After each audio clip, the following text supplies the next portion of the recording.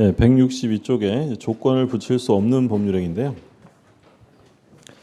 일단 기본적으로 세 가지가 나오죠. 단독행위 나오고, 그 다음에 밑에 2번에 신분행위 나오고, 오른쪽에 이제 어음수표행위 나옵니다. 조건과 친하지 않은 법률행위인데, 그러니까 첫 번째로 단독행위는 조건 붙일 수 없다. 두 번째 가족법상 행위. 세 번째는 어음수표행위. 단독행위는 우리가 봤던 것처럼 일방적으로 효과가 발생이 되는 거야. 근데 일방적으로 효과가 발생이 되는데 거기에 조건이나 기한을 붙이게 되면 상대방의 지위가 더욱 불안정해지기 때문에 이때는 조건을 붙일 수 없도록 하고 있어요. 우리 지난주에 그 무권 대리에서 본인의 추인 얘기할 때 추인하려면 그대로 해야 되지 거기에 조건을 붙이거나 변경을 가한 추인은 무효라고 했죠. 왜냐하면 추인은 단독행위이기 때문에 여기에 조건을 붙여서는 안 돼요. 왜 안 된다고 했냐면 상대방에게 불리하기 때문에 안 된다고 했죠. 그럼 예외적으로 허용되는 경우가 있는데 첫 번째는 상대방에게 유리한 경우에는 붙여도 돼요. 대표적으로 채무 면제, 유증 이런 것들은 조건을 붙여도 상관없다. 예를 들어서 제가 친구한테 야, 너 나한테 1억 갚을 거 있는데 이번 시험에 합격하면 면제해 줄게. 그러면 채무 면제라는 단독행위에 시험에 합격하면이라는 조건을 붙였어요. 그럼 상대방은 불리해요? 그래도 유리한 거예요. 그런 경우에는 붙여도 상관없고, 두 번째는 상대방이 동의해 주었다면 붙여도 상관없어요. 그래서 우리 지난주에 일부 추인이나 변경을 가한 추인은 언제나 무효가 아니고 상대방의 동의가 없는 한 무효다라고 했죠. 상대방이 동의해 주면 상관없고, 그리고 가족법상 행위는 원칙적으로 조건을 붙일 수 없어요. 뭘 해주면 혼인하겠다 이런 건 안 되는 거고, 근데 예외적으로 허용해 주는 것은 유언. 유언이라는 건 재산상의 행위예요, 가족법상의 행위예요. 이게 가족법상 행위인데 이게 재산상의 행위인가 헷갈릴 정도로 재산적인 색채가 강해요. 그래서 유언의 경우에는 예외적으로 조건을 붙일 수 있고요. 조건을 붙일 수 있도록 법률로 인정해주고 있어요. 자, 그리고 이제 어음행위는 이건 민법상의 행위가 아니라 상법상의 행위예요. 어음이라는 것은 대량적이고 획일적으로 반복되기 때문에 이 어음에다가 조건을 붙여버리면 어음의 획일성을 저해하게 됩니다. 그래서 어음행위에는 조건을 못 붙이는데 허용되는 경우는 언제냐면 어음에 대한 보증을 할 때, 어음 보증의 경우에는 조건을 붙일 수 있다라고 합니다. 이게 이제 조건을 붙일 수 없는 거예요. 그럼 우리가 지금 공부하는 게 조건과 기한이잖아요. 그럼 조건을 붙일 수 없는 건 대체로 기한도 붙여서는 안 돼요. 그러니까 소위 조건과 친하지 않은 법률행위는 기한과도 친하지 않다라고 하는데 이 중에서 조건은 안 되는데 조건 안 되는데 기한을 붙일 수 있는 게 어음행위인데요. 얘는 기한. 그러니까 어음이라는 게 지급 시기 같은 게 있잖아요. 요거는 조건은 안 돼도 기한을 붙이는 건 가능하다. 그러면 조건을 붙일 수 없는 법률행위에 조건을 붙이면 어떻게 되느냐? 조건만 무효일까요? 전부 무효일까요? 전부 무효. 전부 무효. 법률행위까지 모두 다 무효가 됩니다. 자, 교재를 좀 볼게요. 162쪽에 일단 넷째 줄에 줄거두세요. 조건과 친하지 아니한 법률행위에 조건을 붙인 경우에는 원칙적으로 조건뿐만 아니라 법률행위 전부가 무효가 된다. 전부 무효고요. 그 다음에 1번 단독행위에 못 붙인다고 했는데 그 예외에서요. 예외에서 동그라미 1번에 별표하고 줄거두세요. 1번만 별표하면 돼요. 채무의 면제 또는 유증과 같이 상대방에게 이익만 주는 경우와 상대방의 동의가 있을 경우에는 조건을 붙일 수 있다. 상대방에게 유리한 거 그리고 동의해 주면 1번만 받으시고, 그 다음에 2번에 신분행위 제목에 줄거두시고요. 조건 못 붙이는데 근데 둘째 줄 마지막에 유언에는 조건을 붙일 수 있다. 거기에만 줄거두시고 유언. 그 다음에 3번에 어음수표행위인데요. 셋째 줄 마지막에 줄거두시면 어음수표행위는 성질상 조건을 붙이는 것은 허용하지 않지만 기한을 붙이는 것은 허용된다. 자, 그 다음에 4번에 보면 조건의 성취와 불성취 의제인데, 자, 조문 1항만 보시면 되는데, 1항 보면 조건의 성취로 인하여 불이익을 받을 당사자가 신의 성실에 반하여 조건의 성취를 방해한 때에는 상대방은 그 조건이 성취한 것으로 주장할 수 있다. 그러니까 조건이 성취되면 자기에게 불리할 것 같으니까 신의 측에 반해서 조건의 성취를 방해했다는 거예요. 그럼 상대방은 뭐라고 주장할 수 있다는 거예요? 그 조건이 성취된 것이다라고 주장할 수 있다는 거죠. 여기 그 1번에 조건 성취 의제 넷째 줄에요. 넷째 줄에 이때 이렇게 시작하는 부분이 있어요. 찾으셨어요? 예, 163쪽에 거기 별표 2개하고 줄거든요. 이때 조건이 성취된 것으로 의제되는 시점은 이러한 신의 성실에 반하는 행위가 없었더라면 조건이 성취되었으리라 추산되는 시점이다. 그러니까 그 위에다가요. 방해 즉시 X라고 해주세요. 방해 즉시가 아니라 방해가 없었더라면 성취되었으리라 추산되는 시점. 그때를 조건 성취로 의지하는 시점이다라는 거고요. 그러니까 이제 예를 들어 이런 거예요. 그 사장님이 자기 회사 직원한테 뭐라고 했냐면 우리 회사에서 5년간 계속 근무하면 직원용 아파트 조그마한 걸 하나 사주겠대요. 5년 근무하면 아파트를 사준다. 그럼 이 조건이 성취되면 불이익을 받을 사람은 근로자예요, 사장이에요? 사장이죠. 그럼 이제 이 근로자 입장에서는 와 이거 5년이라면 집이 생기네 열심히 일을 해요. 4년이 넘어가자 위기감을 느낀 사장이 부당 해고시켜 버립니다. 그럼 이 사장이 지금 뭔 짓을 한 거냐면 신의 측에 반하여 조건 성취를 방해한 거예요. 그럼 이 노동자는 뭐라고 주장할 수 있다는 거예요? 이 조건은 성취된 거니까 집 사줘 할 수 있다는 거예요. 근데 이 집 사줘라고 할 수 있는 시점이 해고 즉시일까요? 5년은 돼야 될까요? 5년은 돼야 한다는 거예요. 그래서 방해 즉시 성취가 의지되는 게 아니라 방해가 없었더라면 조건이 성취되었으리라 추산되는 시점에서 의제가 된다. 그걸 얘기하는 거니까 봐두시고요. 불성취 의제는 반대말이니까 한번 확인만 해두시고 다음 페이지. 효력이 나옵니다. 148조. 조건 있는 법률행위 당사자는 조건의 성부가 미정한 동안에 조건의 성취로 인하여 생길 상대방의 이익을 해하지 못한다. 그러니까 조건부 권리는 아직 확정되진 않았지만 이 조건부 권리도 기대권 내지 희망권으로 보호를 해주겠다는 거야. 그 148조가 괄호 1번에 뭐라고 돼 있어요? 소극적 보호예요. 건들지 마, 침해하지 마. 그 소극적 보호로 침해 금지를 규정합니다. 조문만 보시면 돼요. 침해 금지. 그리고 149조는 별표 2개 해두세요. 조건의 성취가 미정한 권리 의무는 일반 규정에 의하여 처분, 상속, 보존 또는 담보로 할 수 있다. 그러니까 1항에서는 조건부 권리를 소극적으로 보호하는 거예요. 건들지 마라. 근데 2항에서는 거기서 더 나아가 적극적으로 이 조건부 권리 자체를 처분할 수도 있고 상속, 보존, 담보로 할 수 있다. 그래서 밑에 괄호 2번에 적극적 보호라고 되어 있죠. 그래서 1항은 소극적 보호고 2항은 적극적 보호를 말합니다. 조문만 이해해 두시면 되고요. 그러니까 이제 시험에 잘 나오는 지문은 조건부 권리는 성취된 이후에만 처분할 수 있다라고 하면 틀려요. 성취되기 전에도 조건부 권리 그 자체를 얼마든지 처분할 수도 있고 상속, 보존, 담보로 할 수 있다. 그래서 소극적 보호와 적극적 보호를 구별해 두시면 되겠고요. 자, 오른쪽에 이제 확정 후의 효력이에요. 좀 전에 본 건 아직 확정되기 전이잖아요. 확정 전의 효력으로 소극적 보호와 적극적 보호를 받고 오른쪽에 이제 확정됐을 때 제1항 정지 조건이 있는 법률행위는 조건이 성취한 때로부터 그 효력이 생긴다. 자, 정지 조건은 효력이 생기는데요. 언제부터래요?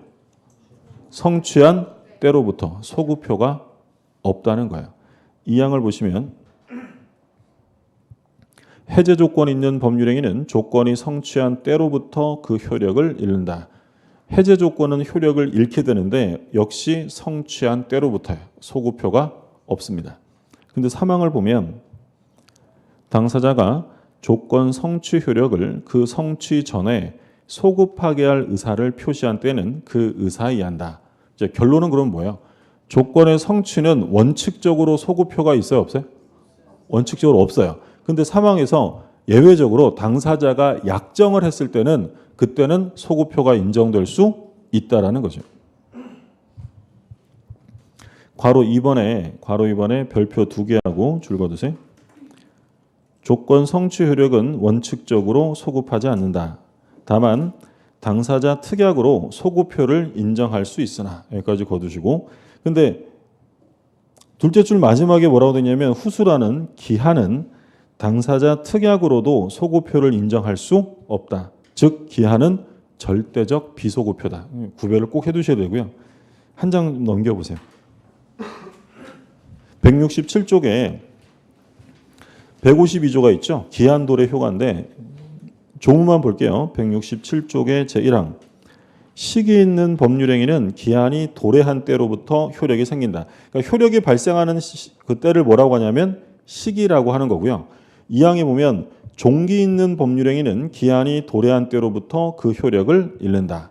종기는 효력이 상실하는 때예요. 예를 들어서 임대차 계약을 1월 1일부터 12월 31일까지 했다면 1월 1일이 뭐가 되는 거예요?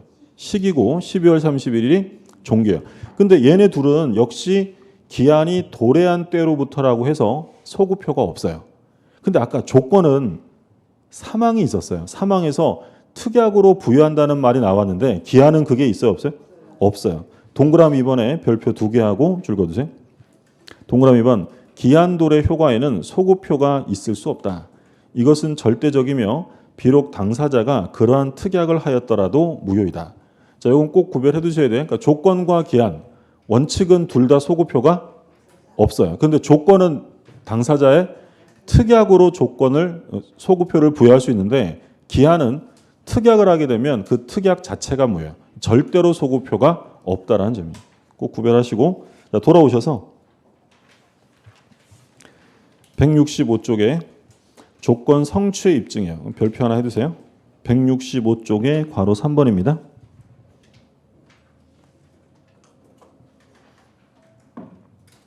자, 줄 그어두시면 뭐라고 되냐면 정지조건부 법률행위에 있어서 조건이 성취되었다는 사실은 이에 의하여 권리를 취득하고자 하는 측에서 입증 책임이 있다. 그러니까 조건의 성취는 권리를 취득하려는 사람, 즉 효과 발생을 주장하는 사람이 입증하는 거고요.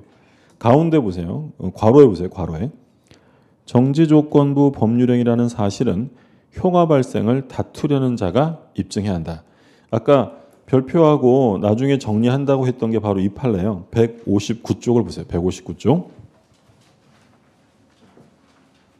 159쪽에 판례 박스에 제목에 뭐라고 되냐면 정지조건부에 대한 입증은 누가 하는 거냐면 효과 발생을 다투려는 자. 그러니까 조건이 붙어 있는지에 관한 다툼은 효과 발생을 다투는 사람이 조건이 있다는 사실을 입증해야 되고요.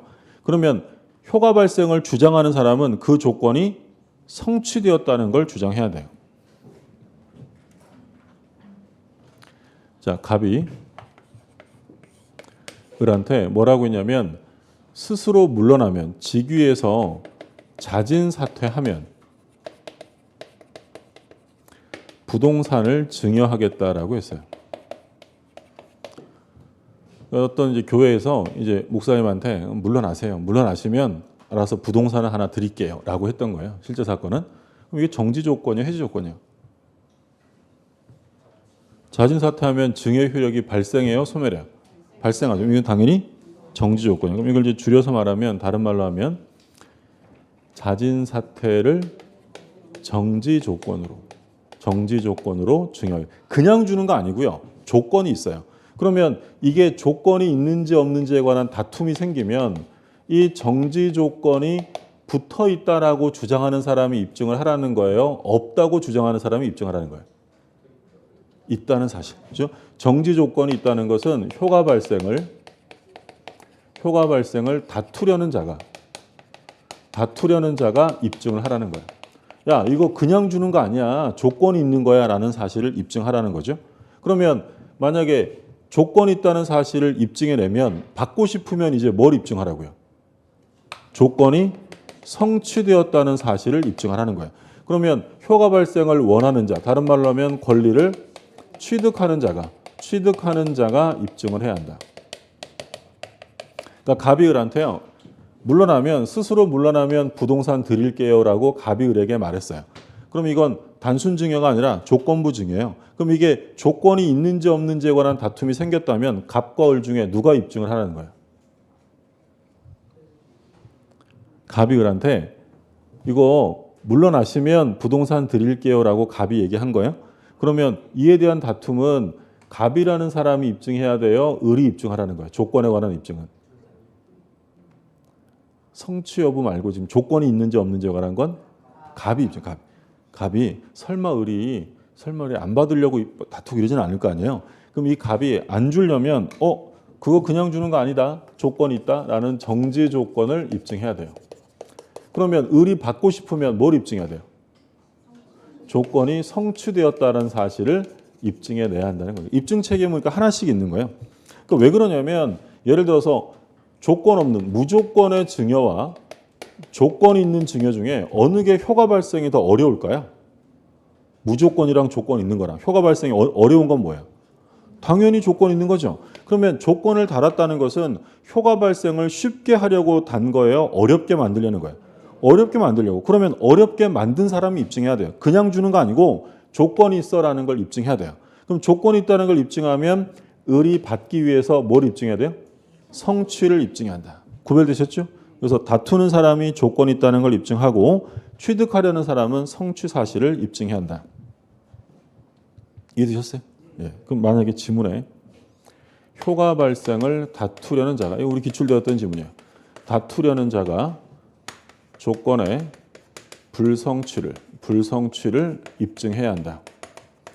자, 효과 발생을 다투려는 자가 조건의 불성취를 입증해야 한다. 이거 오의 X예요. 이 지문은 틀리는 거예요. 다투려는 자가 불성취를 입증하는 것이 아니라 취득하려는 자가 성취 사실을 입증해야 한다는 거죠. 이 말 무슨 말인지 드셨죠? 이게 만약에 맞는 지문이면 갑이 조건이 있다는 것도 입증하고 갑이 을에 모두 입증하라고요. 불성취까지도 얘가 입증하라는 거잖아요. 얘는 불성취 입증할 필요 없어요. 얘는 조건이 있다는 것만 입증하면 을이 받고 싶으면 뭘 입증해야 돼요? 성취를 입증해야지 갑이 을의 불성취까지도 입증해야 되는 건 아니다. 그러니까 입증 책임은 하나씩 있는 거예요. 조건이 있다는 거, 을은 성취했다는 거. 그 얘기를 지금 쓰고 있는 거고요. 165쪽에. 자, 조건 다 봤고요. 그 다음에 이제 기한. 기한은 뭐 앞에서 나온 조건과 거의 겹치죠.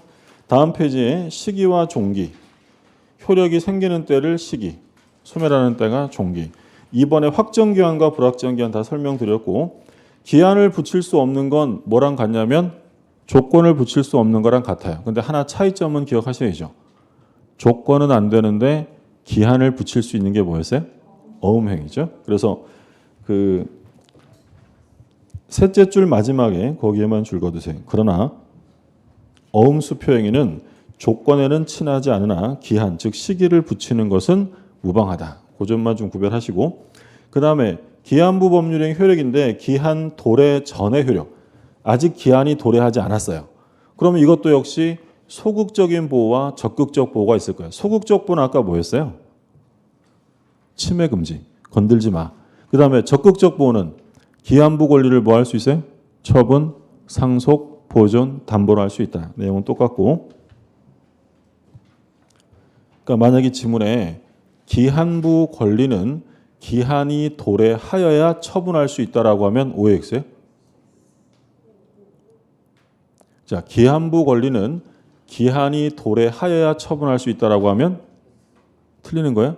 기한 도래 전에도 처분, 상속, 보존, 담보. 아까 조건부 권리 얘기할 때 조건부 권리를 처분하려면 조건이 성취된 후에 해야 돼요? 전에도 할 수 있는 거예요? 전에도 할 수 있어요. 똑같다는 거예요. 기한 도래 전에도 얼마든지 처분, 상속, 보존, 담보로 할 수 있다. 자, 오른쪽에 보셨죠? 기한은 절대로 소급효가 없다. 꼭 기억해 두시고 조건은 원칙적으로 소급효가 있어요? 없어요? 조건. 소급효가 없어요? 근데 기한이랑 다른 점이 뭐였어요? 그렇죠. 약정. 특약으로 부여할 수는 있어요. 근데 기한은 절대로 안 된다는 점. 그 다음에 기한의 이익이 나오는데 이런 거예요. 갑이 을한테 돈을 빌려줬어요. 갑이 을에게 1억 원을 빌려준 채권자고. 그러니까 1월 1일 날 빌려줬고 변제기는 12월 31일입니다. 근데 변제기가 12월 31일인데 갑이 오늘 갑자기 찾아오더니 야, 나 돈 필요하니까 당장 갚아 이럽니다. 그럼 을은 지금 변제해야 돼요? 거절할 수 있어요? 당연히 거절할 수 있죠. 그걸 뭐라고 부르냐면 기한의 이익이라고 불러요. 그러니까 기한의 이익이란 기한이 도래하지 않음으로써 당사자가 누릴 수 있는 이익을 말합니다. 그러면 얘가 채권자고 얘가 채무자면 특별한 얘기가 없으면 기한의 이익은 채권자를 위한 거예요? 채무자를 위한 거예요? 지금 누구예요?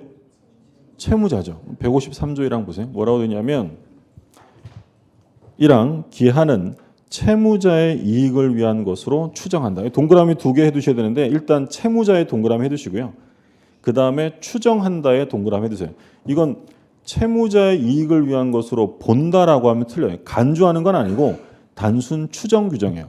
그러니까 이건 뭐 법률행에 따라서 얼마든지 달라질 수 있기 때문에 간주하지 않고요. 추정합니다. 그러니까 2항에 보면 기한의 이익은 이를 포기할 수 있다. 그러나 상대방의 이익을 해야지 못한다.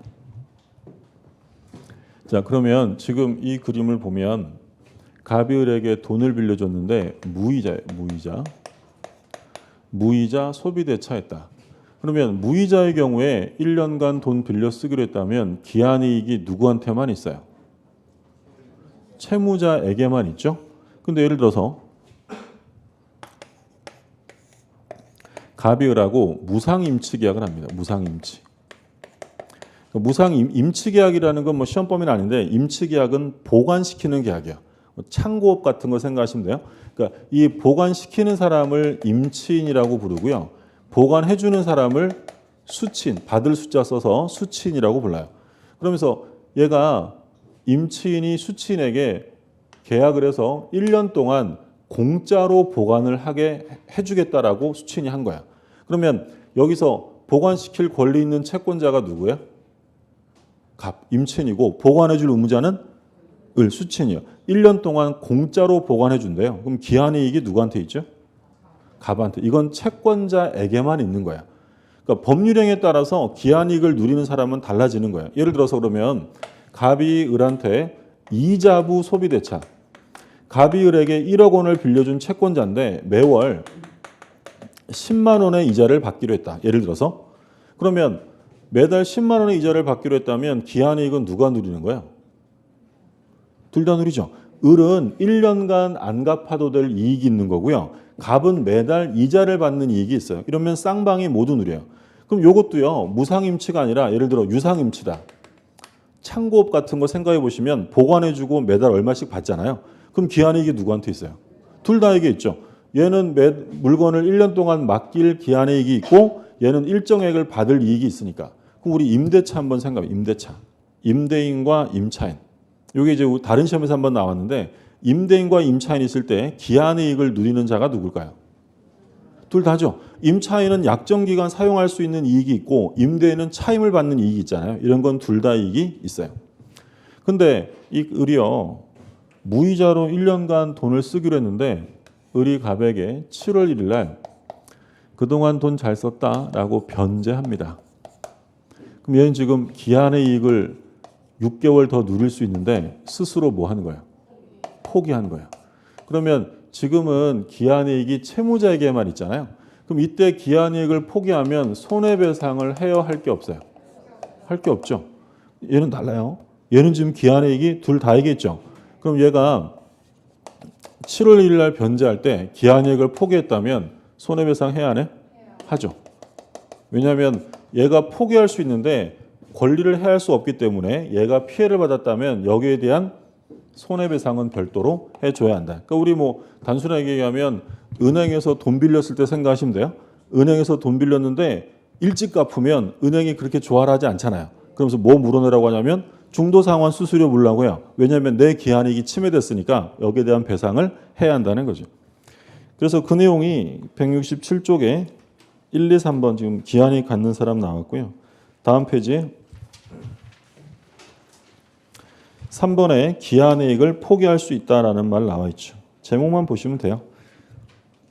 그리고 4번에 보면 기한이익 상실이 나옵니다. 이번엔 포기가 아니라 뭐예요?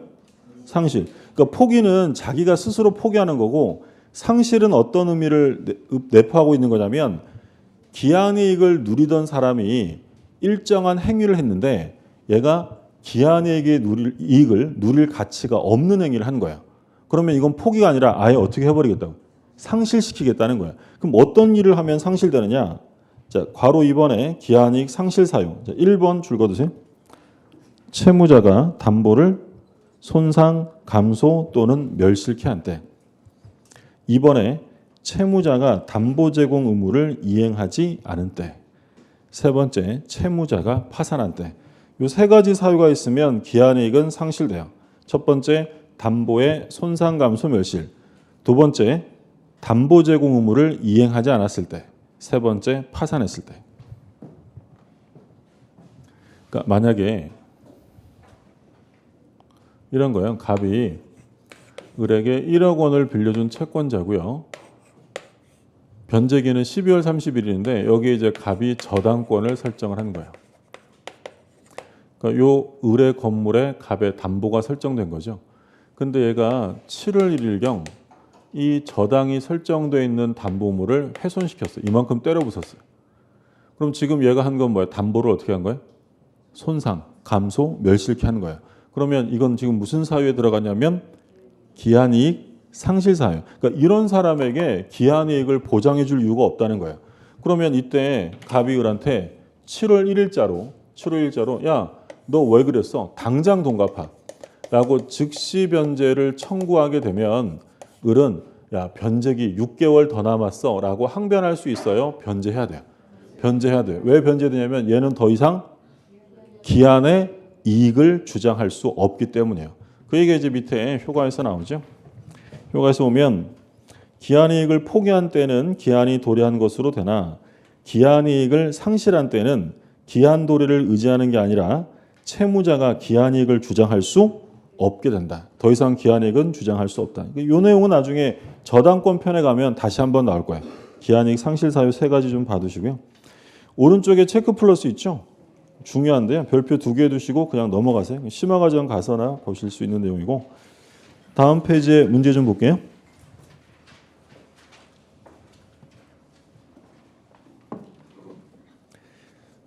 자, 조건과 기한에서 옳은 것입니다. 1번.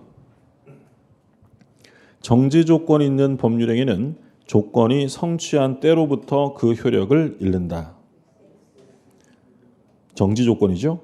효력을 잃는 게 아니라 그때부터 발생하는 거죠. 틀렸고 2번. 기한은 채권자의 이익을 위한 것으로 추정하며 기한이익은 포기할 수 있다. 뭐가 틀렸어요? 채무자 틀렸고 3번. 기한의 도래가 미정한 권리 의무는 일반 규정에 의하여 처분하거나 담보로 할 수 있어요? 없어요? 있죠. 아까 조건부 권리, 기한부 권리 전부 다 소극적 보호, 침해 금지. 그리고 적극적 보호는 확정되기 전에도 처분, 상속, 보존, 담보로 할 수 있다라고 했죠. 틀렸고 4번. 조건이 법률행위 당시 이미 성취한 것인 경우 그 조건이 해제 조건이면 그 법률행위는 무효로 한다. 자, 이미 성취한 거면 플러스에 마이너스요? 플러스죠. 그 다음에 해제 조건이죠. 해제 조건이면 마이너스. 그럼 플러스 마이너스 하면 마이너스. 무효로 한다. 정답 4번 옳은 질문이고요. 5번. 당사자가 조건 성취 효력을 그 성취 전에 소급하게 할 의사를 표시한 경우에도 그 효력은 조건이 성취된 때로부터 발생한다. 5번은? 5번 아까 뭐라고 했냐면 조건은 원래 소급효 없어요. 성취된 때로부터 효력이 발생이 되는데 뭘 했다고 돼 있어요? 약정. 특약을 하게 되면 소급효가 인정될 수 있다. 비교했던 건 뭐였어요? 기한. 기한은 절대로 소급효가 인정되지 않는다라고 했죠. 자, 드디어 총칙이 다 끝났습니다. 고생들 많으셨고요. 제일 힘든 부분이 끝났다고 생각하시면 되고 그 다음에 이제 물권법 들어가는데 그렇다고 뭐 물권법부터 편안하다 이런 얘기는 아니고요. 그중 이제 제일 추상적인 내용들이 끝났고 물권법인데 물권의 의의와 성질 나오죠. 이건 교재 보시면 194쪽이에요. 194쪽.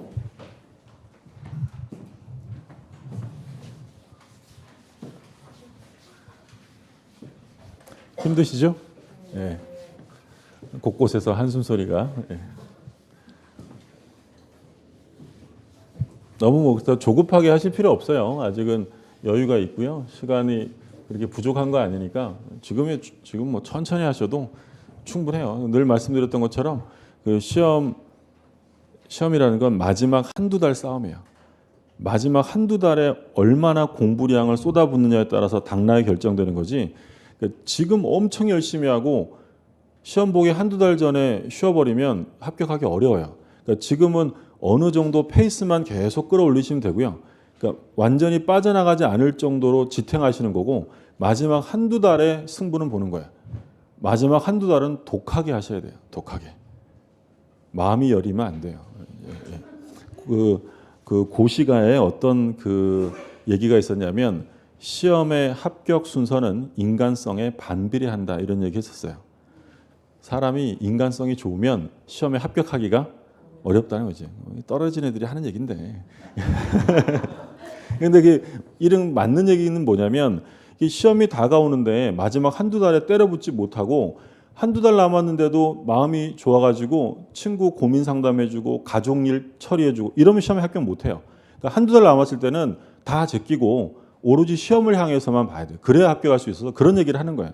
그러니까 시험은 한두 달 안에 승부가 결정나고요. 독하게만 하면 독하게.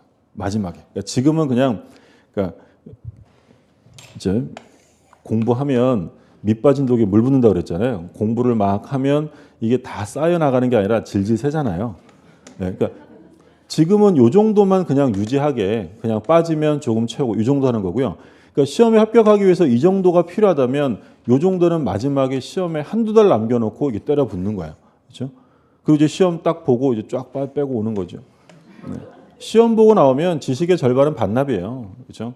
완전 바닥은 아니겠지만 그러니까 마지막에 한두 달 어느 정도 쏟아붓느냐 그 차이니까 힘들 내시고 지금은 그래서 너무 스트레스 받거나 그러지 마세요. 아직 270일은 남았는데. 네. 자, 그 다음에 물권법인데 물권의 성질을 우리가 첫 시간에 봤어요. 물건에 대한 권리니까 물건을 뭐 할 수 있다고 했냐면 지배할 수 있고요. 오른쪽에 물권은 절대권이 있다. 절대권이다. 말하자면 채권은 채무자에게만 주장하는 거지만 물권은 누구한테 주장해요? 어느 누구한테나 주장한다. 절대성이죠. 그리고 배타적 지배가 가능하죠. 채권은 배타성이, 물권은 배타성이 있고 채권은 배타성이 아니라 뭐라고? 채권은 전부 평등주의다라고 했죠. 그 4번에 보면 물권의 양도성, 물권은 자유롭게 양도할 수 있다. 이건 우리가 첫 시간에 개념 공부하면서 봤던 거고요. 그 물권의 객체는 1번에 보면 물건인데 동그라미 1번 뭐라고 되세요? 줄 그어두세요.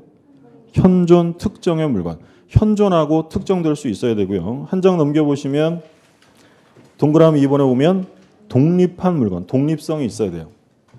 자, 그리고 2번의 권리, 첫째 줄에 줄 그어두시고요.